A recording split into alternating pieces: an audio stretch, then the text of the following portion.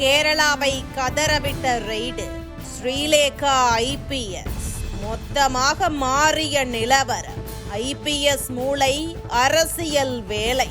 இடதுசாரிகளும் காங்கிரஸ் கட்சியும் ஆதிக்கம் செலுத்தி வரும் கேரளாவில் திருவனந்தபுரம் மாநகராட்சி தேர்தலில் பாஜக பெற்றுள்ள வெற்றி பெரும் திருப்பு முனையாக கருதப்படுகிறது. மாநிலத்தின் தலைநகரில் கடந்த 45 ஆண்டுகளாக தொடர்ந்து வந்த இடதுசாரிகளின் வெற்றி பயணம் முடிவுக்கு வந்துள்ளது. தற்போது கேரளா மட்டுமின்றி இந்தியா முழுவதும் ஒலிக்கும் ஒரு பெயர் என்றால் அது ஸ்ரீலேகா ஐபிஎஸ் தான். ஏனென்றால் 2020ஆம் ஆண்டு டிஜிபியாக இருந்து ஓய்வு பெற்ற ஆர் ஸ்ரீலேகா சாஸ்தாமங்கலம் வார்டில் மிகப்பெரிய வாக்கு வித்தியாசத்தில் வெற்றி பெற்றார்.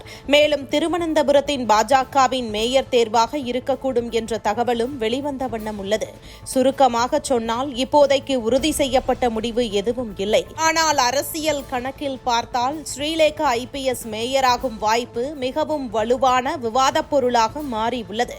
பாஜக திருவனந்தபுரத்தை கைப்பற்றிய பிறகு கட்சி அலுவலகத்தில் அவர் காட்டிய உற்சாகம் பாஜக தலைமையின் கவனத்தை ஈர்த்திருக்கிறது. கேரளாவில் ரெய்டு ஸ்ரீலேகா என்ற பெயரால் அறியப்பட்டவர். முதலில் ரிசர்வ் வங்கி வேலையில் சேர்ந்தார். அதிக சம்பளம் சலுகைகள் கிடைத்தாலும் 1987ஆம் ஆண்டு போலீஸ் துறையில் சேர்ந்தார். திருவனந்தபுரத்தில் பிறந்து வளர்ந்த ஸ்ரீலேகா 1987 ஜனவரியில் கேரளாவின் முதல் பெண் ஐபிஎஸ் அதிகாரியானார். 30 ஆண்டுகளுக்கும் அதிகமான தனது காவல்துறை வாழ்க்கையில் பல மாவட்டங்களில் காவல் பிரிவுகளுக்கு தலைமை தாங்கினார் மற்றும் சிபிஐ, கேரள குற்றப்பிரிவு, விஜிலன்ஸ், தீயணைப்பு படை, மோட்டார் வாகனத்துறை மற்றும் சிறைத்துறை உள்ளிட்ட முக்கிய பிரிவுகளிலும் பணியாற்றியிருக்கிறார். 2017ஆம் ஆண்டில் அவர் காவல்துறை இயக்குநராக பதவி உயர்வு பெற்றார். கேரளாவில் இந்த பதவியை பெற்ற முதல் பெண்மணி என்ற பெருமையையும் பெற்றார். சிபிஐயில் பணியாற்றிய காலத்தில் அவரது அச்சமற்ற சோதனைகள் மற்றும் ஊழல் எதிர்ப்பு நிலைப்பாட்டிற்காக ரெய்டு ஸ்ரீலேகா என்ற பெயரையும் பெற்றிருந்தார். 33 ஆண்டுகளுக்கும் மேலாக பொதுப்பணியில் இருந்த அவர் டிசம்பர் 2020இல் ஓய்வு பெற்றார். இவரது சேவையை பாராட்டி கேரள அரசு கடந்த 2007ஆம் ஆண்டு விருதும் வழங்கியிருக்கிறது.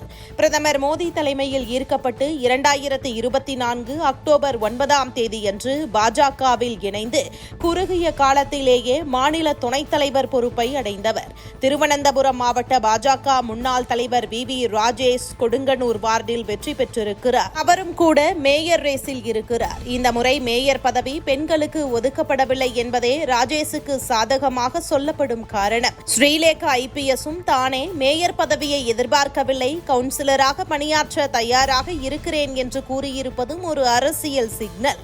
முன்னோக்கி பார்க்கும் அரசியல் யோசனை ஸ்ரீலேகா ஐபிஎஸ்ஐ இப்போதே திருவனந்தபுரம் மேயராக மாற்றுவது, அதன் பிறகு வரும் சட்டமன்ற தேர்தலில் அவரை திருவனந்தபுரம் தொகுதியில் களமிறக்குவது, இதுதான் நீண்டகால அரசியல் ரீதியாக அதிக பயன் தரக்கூடிய திட்டம் என ஆதரவாளர்கள் கருதுகிறார்கள். ஸ்ரீலேகா ஐபிஎஸ் மேயர் ஆவாரா என்பது கட்சியின் இறுதி முடிவில்தான் இருக்கிறது.